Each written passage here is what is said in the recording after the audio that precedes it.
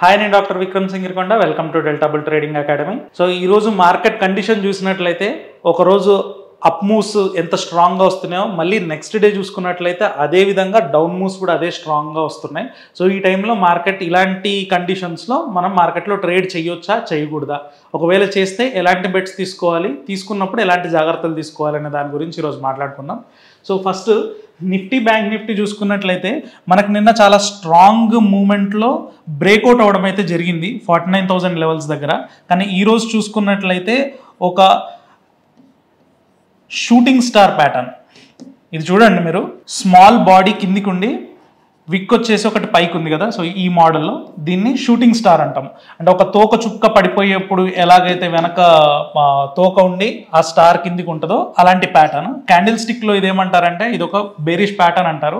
So bearish pattern వచ్చింది కాబట్టి ఇక్కడ నుంచి పడిపోతుందా అంటే ఇలాంటి డిఫరెంట్ టైప్స్ ఆఫ్ ప్యాటర్న్స్ మీరు ఇంతకుముందు లాస్ట్ 1 మంత్లో చూసుకున్నట్లయితే చాలాసార్లు వచ్చాయి. హ్యామర్స్ వచ్చాయి, డోజీస్ వచ్చాయి, అండ్ దెన్ ఎంగల్ఫింగ్ ప్యాటర్న్స్ వచ్చాయి. అంటే ఒకటి బేరిష్గా ఉంటే తర్వాత ఇంకొకటి బుల్లిష్ ప్యాటర్న్. ఇప్పుడు నిన్న బ్రేక్అవుట్ చూసినట్టయితే మంచి మొరిబుజు క్యాండిల్లో మనకు బ్రేక్అవుట్ రావడం జరిగింది. సో ఈ క్యాండిల్ని చూసుకున్నట్లయితే దీన్ని ఇగ్నోర్ చేయాలనిపిస్తుంది. అండ్ ఇది బ్రేక్అవుట్ ఇన్ని రోజుల తర్వాత ఇది బ్రేక్అవుట్ ఇచ్చింది కదా 49,000 తర్వాత. సో ఇంకా బాగా పైకి వెళ్ళడానికి అవకాశం ఉందేమో అనిపిస్తుంది. అదే కాంట్రరీ మీరు నిఫ్టీ చూసుకున్నట్లయితే నిన్న బ్రేక్అవుట్ టైంకి ఇది బ్రేక్అవుట్ ఇవ్వకపోయినా కూడా మంచి బుల్లిష్ మూమెంటమే మనకు గమనించవచ్చు. సో ఈ రోజు గ్యాప్ అప్ ఓపెన్ అయిన తర్వాత ఇది కూడా షూటింగ్ స్టార్ ఫామ్ అయింది ఇందులో కూడా. సో ఇది బేరిష్ ప్యాటర్నే, ఇది బేరిష్ ప్యాటర్నే. ఓపెన్ ఇంట్రెస్ట్ చూసుకున్నట్లయితే ఇంట్రాడేలో వెళ్ళి ఓపెన్ ఇంట్రెస్ట్ చూసుకున్నారనుకోండి, ఇంట్రాడేలో చూసుకున్నట్లయితే చూడండి నిన్న బుల్లిష్ మూమెంట్ వల్ల వచ్చినటువంటి ఈ మూవ్లో కంటిన్యూస్గా మనకి ఇంట్రాడేలో ఓపెన్ ఇంట్రెస్ట్ బిల్డ్ అయింది. మనం ఇంతకుముందు వీడియోలో కూడా చాలాసార్లు ఏం చెప్పుకున్నాము, ప్రైజ్ పెరుగుతూ ఓపెన్ ఇంట్రెస్ట్ పెరుగుతుంది అంటే లాంగ్స్ బిల్డ్ అవుతున్నాయి అని చెప్పాను కదా. సో డే అంతా కూడా మనకు ఆల్మోస్ట్ 2.5 అవర్స్ 3 వరకు కూడా మనకి కంటిన్యూస్గా ఇక్కడ మనకి ఓపెన్ ఇంట్రెస్ట్ బిల్డ్ అవ్వడం అయితే జరిగింది.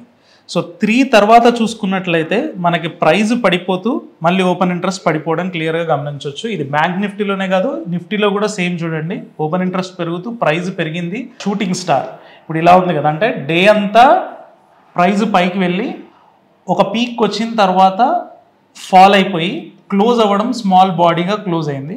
సో ఇది దాని ట్రాజెక్టరీ. దాని ప్రకారంగా చూసుకున్నట్లయితే మార్నింగ్ అంతా ఓపెన్ ఇంట్రెస్ట్ పెరిగిన తర్వాత ఇక్కడ మళ్ళీ లాస్ట్ 1 అవర్లో చూసుకున్నట్లయితే ఓపెన్ ఇంట్రెస్ట్ పడిపోయింది. ప్రైజ్ పడిపోతూ ఓపెన్ ఇంట్రెస్ట్ పడిపోయింది. అంటే దాని అర్థం ఏంటి, మార్నింగ్ ఏదైతే బుల్లిష్ బయాస్తో మార్కెట్ ఓపెన్ అయిన తర్వాత బిల్డ్ అయిన లాంగ్స్ ఏవైతే ఉన్నాయో అవన్నీ కూడా ఎంటీ అయిపోయాయి. సో ఈరోజు మూమెంట్కి యాక్చువల్గా మనం ఎలాంటి ఇంపార్టెన్స్ ఇవ్వక్కర్లేదు. ఎందుకంటే నిన్నటి వరకు బిల్డ్ అయిన పొజిషన్స్ చూసుకున్నట్లయితే ఆల్రెడీ కన్ఫ్యూజ్డ్ స్టేట్లో ఉంది. ఒకే ఒక విషయం మీద ఈరోజు బుల్లిష్ బయాస్తో మార్కెట్ ఎందుకుంది అంటే బ్యాంక్ నిఫ్టీ దాని యొక్క 50-డే హైని బ్రేక్అవుట్ చేసింది కాబట్టి దాని మీద మార్కెట్ బుల్లిష్గా ఉంది. కానీ ఈరోజు జరిగినటువంటి మూమెంట్ ఏదైతే ఉందో ఆ మూమెంట్ మార్నింగ్ వచ్చిన బిల్డప్స్ అన్నీ మధ్యాహ్నానికి ఎగ్జిట్ అయిపోయాయి. అంటే నెక్స్ట్ డేకి క్యారీ చేసే అంత ధైర్యం ట్రేడర్స్లో లేదు అని. సో ఇప్పుడు కూడా ఇంకా కన్ఫ్యూజన్లోనే ఉంది మార్కెట్. ఎటువైపు డైరెక్షన్ అనేది ఇంకా తెలియదు అనేది మనం ఇక్కడ నుంచి అర్థం చేసుకోవాల్సిన విషయం. సో ఇలాంటి టైంలో మనం మార్కెట్ ఓవరాల్గా ఏవేవి పర్ఫామ్ చేస్తున్నాయని చూసారనుకోండి, మార్కెట్లో ఓవరాల్గా చూసుకుంటే ఇప్పుడు చూడండి ఆర్ఈసీ లిమిటెడ్ ఈరోజు 9.4% కదిలింది. అంటే రైట్ పాయింట్లో రైట్ అనాలిసిస్ చేస్తే ఇది పట్టుకోవచ్చేమో. ఐఓసి 4.6% పడిపోయింది. So highest gainer and highest loser ఏదైతే ఉందో ఈ రెండింటిని సరిగ్గా అనలైజ్ చేస్తుంటే పట్టుకోవచ్చేమో అనే ఉద్దేశాలు కూడా కలుగుతూ ఉంటాయి మార్కెట్లో. ఎప్పుడైతే ఇలాంటి హాఫ్ మైండెడ్ గేమ్స్ నడుస్తూ ఉంటాయి, అంటే ఎటు వెళ్తుందో మార్కెట్ పార్టిసిపెంట్స్కే తెలియనప్పుడు మార్కెట్లో sudden pump, sudden withdrawal of money జరుగుతూ ఉన్నప్పుడు ఏమవుతుందంటే ఈ మూమెంట్స్ని చూసి సరే ఎక్కడో దగ్గర అయితే ఏదో మూమెంట్ జరుగుతుంది దాన్ని మనం పట్టుకోవచ్చేమో అని విగరస్గా అనలైజ్ చేసి మనం ఏదో ఒక దాంట్లో మనీ పెట్టడం, అది పోవడం జరుగుతూ ఉంటుంది. దానికి బెస్ట్ ఎగ్జాంపుల్ ఏంటంటే నిన్నటి జరిగినటువంటి బజాజ్ ఆటో. నేను మీకు చూపిస్తాను. సో జస్ట్ 2 డేస్ ముందు జరిగినటువంటి మూమెంట్ చూడండి. బజాజ్ ఆటోలో కంటిన్యూస్గా ఒక పెద్ద బిల్డప్ అయితే స్టార్ట్ అవ్వడం జరిగింది. అంటే బాటమ్ అవుట్ అయిన తర్వాత ఒక మొరిబుజు క్యాండిల్ రావడం జరిగింది. ఎంత పెద్ద క్యాండిల్ వచ్చిందో అంతే క్యాండిల్ మళ్ళీ మనకి డౌన్ సైడ్లో వచ్చి ప్రీవియస్ డేని రూల్ అవుట్ చేసింది. దాని తర్వాత ఈరోజు చూడండి, సరే ఇది డౌన్వర్డ్ వెళ్తున్న మార్కెట్లో ఒక మారిబోజు క్యాండిల్ వచ్చింది, బాటమ్ అవుట్ అయిపోయింది, ఒక 3 to 4% ఆఫ్ మూమెంట్ వచ్చి ఒక సూపర్ ట్రెండ్ బ్రేక్అవుట్ జరిగింది. కాబట్టి ఇక్కడ నుంచి లాంగ్స్ వెళ్దాం అనుకుని నిన్న లాంగ్స్ తీసుకున్న వాళ్ళు కంప్లీట్గా మార్కెట్ ఓపెన్ అయిన తర్వాత నిన్న జరిగిన మూమెంట్ మొత్తాన్ని రాంగ్ అని డిస్ప్రూవ్ చేశాక జనరల్లీ ఏముంటుంది, నిన్నటికి ముందు ఏ ట్రెండ్ అవుతుందో అదే మళ్ళీ కంటిన్యూ అవుతుంది అనుకుంటారు. కానీ ఈరోజు చూస్తే మళ్ళీ గ్యాప్ అప్ ఓపెన్ అయ్యి చిన్నపాటి హ్యామర్ ఫామ్ అవడం అయితే మనం చూడొచ్చు.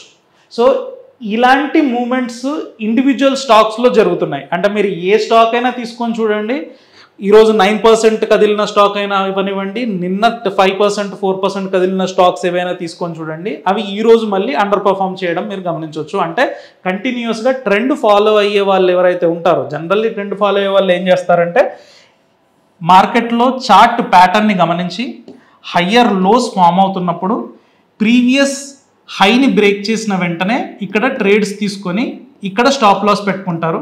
ఇది traditional way of trend followers. వీళ్ళ సంఖ్య చాలా ఎక్కువగా ఉంటుంది. వీళ్ళు జనరల్లీ ఇప్పుడు జరుగుతున్న మార్కెట్ మూమెంట్లో బ్రేక్అవుట్ అవ్వగానే ఎంటర్ అవుతారు, నెక్స్ట్ డే వాళ్ళ స్టాప్ లాస్ టచ్ అవుతూ ఉంటుంది. సరే ఈ స్టాప్ లాస్ టచ్ అయ్యి రివర్స్ అయింది కదా అని చెప్పి ఇక్కడ సెల్ చేస్తారు, మళ్ళీ పైకి వెళ్ళి ఇక్కడ స్టాప్ లాస్ టచ్ అవుతూ ఉంటుంది. సో ఇలాంటి విగరస్ మూమెంట్లో పార్టిసిపేట్ చేస్తున్నప్పుడు ఎక్కువ శాతం మంది ఇలాంటి జనరిక్ వే ఆఫ్ ట్రేడింగ్లో ఉంటారు కాబట్టి నష్టపోవడానికి అవకాశాలు ఎక్కువ ఉంటాయి. కాబట్టి దూరంగా ఉంటే మంచిది. స్టాక్ మార్కెట్లో ఈ టైంలో ఇలాంటి మూమెంట్స్ జరుగుతున్నప్పుడు బ్రేక్అవుట్స్ జరిగిన స్టాక్స్ మీకు కనబడ్డా కూడా దూరంగా ఉండాలి. ఎంతవరకు దూరంగా ఉండాలంటే మార్కెట్ సెంటిమెంట్ అన్ని పరాలుగా, అంటే ప్రైస్ పరంగా, డెరివేటివ్ డేటా పరంగా కూడా మనకి బుల్లిష్గా టర్న్ అవుతుంది అనే సమాచారం మనకు వచ్చేంత వరకు ఉండాలి. దానికి మనకు ఎలా తెలుస్తుంది అంటే మన అడ్వాన్స్డ్ ఏఐ మోడల్ అనేది మనకి ఇవ్వడం జరుగుతుంది. మీరు ఇంతకుముందు మా టెలిగ్రామ్ ఛానల్లో జాయిన్ అవ్వనట్లయితే కింద ఛానల్ లింక్ ఉంటుంది, అందులో ఒకసారి జాయిన్ అవ్వండి. ఎప్పుడైతే మార్కెట్ సెంటిమెంట్ మళ్ళీ ఏదో ఒక డైరెక్షనల్ వైపు మారి అక్కడ మనం ట్రేడ్స్ తీసుకోవడానికి అనుకూలంగా ఇప్పుడు వాతావరణం ఉంది అని అనుకున్నప్పుడు నేను అక్కడ పర్సనల్గా మెసేజ్ చేయడం జరుగుతుంది. ఆ తర్వాత నుంచి మీరు తీసుకోవచ్చు. అప్పటి వరకు ఏంటంటే మీరు అబ్జర్వ్ చేస్తూ వీటిని మీరు కావాలనుకుంటే పేపర్ ట్రేడ్ చేసి చూడండి, ఎందుకంటే మనీ పోయేది ఉండదు కాబట్టి పేపర్ ట్రేడ్స్లో మీకు అర్థమవుతుంది. ఒక రోజు వచ్చిన మూమెంట్ నెక్స్ట్ డే సస్టైన్ అవ్వకపోతే ఎంత దారుణంగా మనీ పోవడానికి అవకాశం ఉంటుంది అనేది మనకు అర్థమవుతూ ఉంటుంది. కాబట్టి అప్పటి వరకు పేపర్ ట్రేడ్ చేస్తూ రైట్ ప్రాపర్ సిగ్నల్ అన్ని పారామీటర్స్లో మనకి ఇప్పుడు డైరెక్షనల్ వ్యూ, అది అప్ అయినా అవ్వనివ్వండి డౌన్ అయినా అవ్వండి, ప్రాపర్ డైరెక్షనల్ వ్యూ అంటూ మార్కెట్లో వచ్చిన తర్వాతనే మనం ట్రేడ్స్ తీసుకుంటే మనకి మన క్యాపిటల్ ప్రొటెక్షన్కి బాగుంటుంది. కాబట్టి అలా ట్రై చేయండి. మళ్ళీ నెక్స్ట్ ఇలాంటి అనలిటికల్ వీడియోతో నెక్స్ట్ వీడియోలో కలుసుకుందాం. అంతవరకు థ్యాంక్ యూ.